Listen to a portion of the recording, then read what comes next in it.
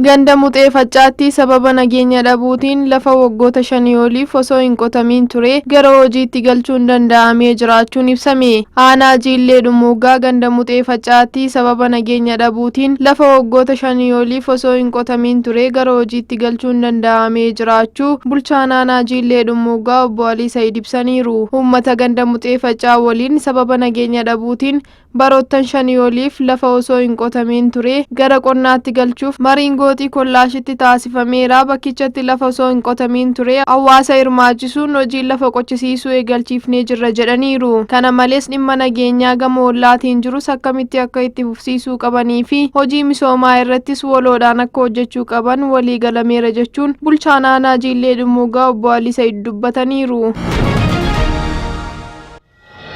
ማለት አንድ ሰው ዲጂታል አማራ ላይ ገብቶ የሆነ ሙያ ላይ ሰርቲፋይድ ቢሆንና በዛ ሙያው መስራት ቢፈልግ ኢንተርናሽናሊ ፍሪላንስ ወይም ደግሞ የውጭ ሀገር ስራዎችን ቤቱ ቁጭ ብሎ መስራት የሚችልበት እድል እንዲመቻች ነው እየተሰራ ያለው ማለት ነው። ኢትዮጵያን akka biyyoota Awurooppaa dijitaala 2030 biyya misoomte ta'uuf tarsiimoo guddaa kan qabattee kaate yoo ta'u naannoowwanis akka naannoo isaaniitti teekinooloojii kanneen ceesisuuf karoorsanii hojjechaa jiru. Mootummaan naannoo Amaaraas dhaabbata tajaajila itti kennu keessatti kenniinsa tajaajilaa fooyyessuu fi itti quufinsa tajaajilamtootaa dabaluuf sooftiweerota haaraa oomishaa jiraachuu biiroon innoveeshinii fi teekinooloojii beeksiseera. Naannoo Amaaraatti biiroo innoveeshinii fi teekinooloojiitti ogeessi sooftiweerii oomishuu Abbabee Geetinet turtii Amiikoo waliin taasisaniin akka jedhanitti akka naannoo Amaaraatti hojiirra oolchuuf dijitaala 2030 hawaasa hojjetaa mootummaa fi qonnaan bultoota dabalatee tajaajila dijitaala ta'e ni kennina yoo jennee sooftiweerota amma ittiin hojjetaa jirru hawaasni itti fayyadamuu qaba jedhaniiru.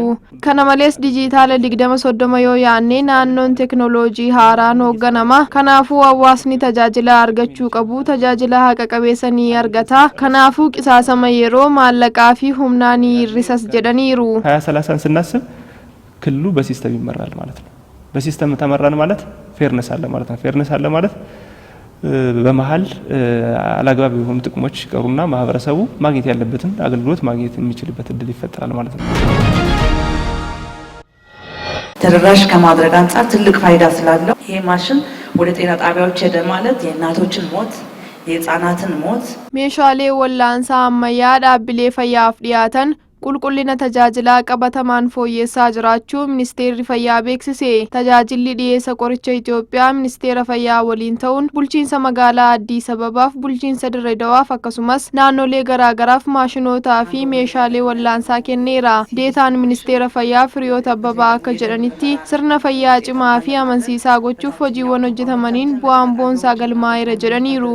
Maashinoonnii fi meeshaawwan wallaansaa wal harkaa fuudhinsi taasifamaniifis sirna fayyaaf humna dabalataa uumuu kan danda'an ta'uu isaanii ibsaniiru. Du'a haadholii fi daa'immanii hir'isuuf dhukkuboota daddarboo fi daddarboo hin taane ittisuuf akkasumas wallaalanii fayyisuuf galteewwan dabalataa ta'uu isaanii hubachiisaniiru. Daarikteerri olaanaan tajaajila dhiyeessa daawwaa Itoophiyaa Dr. Abdulqaadir Galgaloo gama isaaniin meeshaalee wallaansaa fi daawwaan dhaqqabamummaa tajaajila wallaansaa babal'isuuf hojii hojjetamuun dhaabbilee fayyaaf meeshaalee wallaansaa dhiyeessaa jirra jedhaniiru. Kanaanis dhaabbatichi dhaabbilee 5,000 ol waliin waliigaltee mallatteessee meeshaalee wallaansaa dhiyeessaa jira jedhaniiru. Gama biroon tajaajilichi gara fuulduraatti dhaabbilee fayyaa waliin meeshaalee wallaansaa dabalataa dhiyeessuuf waliigaltee mallatteesseera.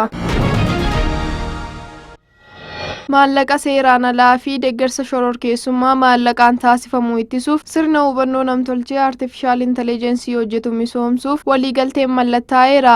Waliigalticha kan mallatteessan Daarikteera olaanaa Inistitiyuutii Hubannoo Namtolchee Itoophiyaa Dr. Warquu Gaachanaa fi Daarikteera olaanaa tajaajila nageenya maallaqaa miseensonni koree Daarikteerri olaanaa Inistitiyuutichaa Dr. Warquu Gaachanaa akka jedhanitti waliigaltichi tattaaffii kutaan odeeffannoo faayinaansii daddabarsa maallaqaa fi faayinaansii shororkeessummaa ittisuuf taasisaa jiru kan gargaaru ta'uu ibsaniiru. Sirnichi hubannoo namtolchee irratti kan hundaa'e yoo ta'u yakkoonni walxaxaa ta'an osoo hin raawwatamiin dursa ittisuu fi rakkooleen yeroo uumaman miidhaa guddaa osoo hin qaqqabsiisin saffisaan furuuf kan dandeessisu ta'uu hubachiisaniiru. Sirna kana misoomsuuf hojiin aldureewwanii hojjetamaa akka turan heeruun hojii sadarkaa idil addunyaa eeggatee hojjechuun yeroodhaan dhiyeessuu fi qophii ta'uu dubbataniiru. Daayirikteerri olaanaa tajaajila nageenya maallaqaa Mulqana Maaree gama isaaniin Itoophiyaan akka miseensa waldaa dhaabbilee faayinaansii fi taaksii foorsii tarkaanfii faayinaansii addunyaatti odeeffannoo yakkaa faayinaansii biyyoota biroo waliin akka wal jijjiirtu ibsaniiru.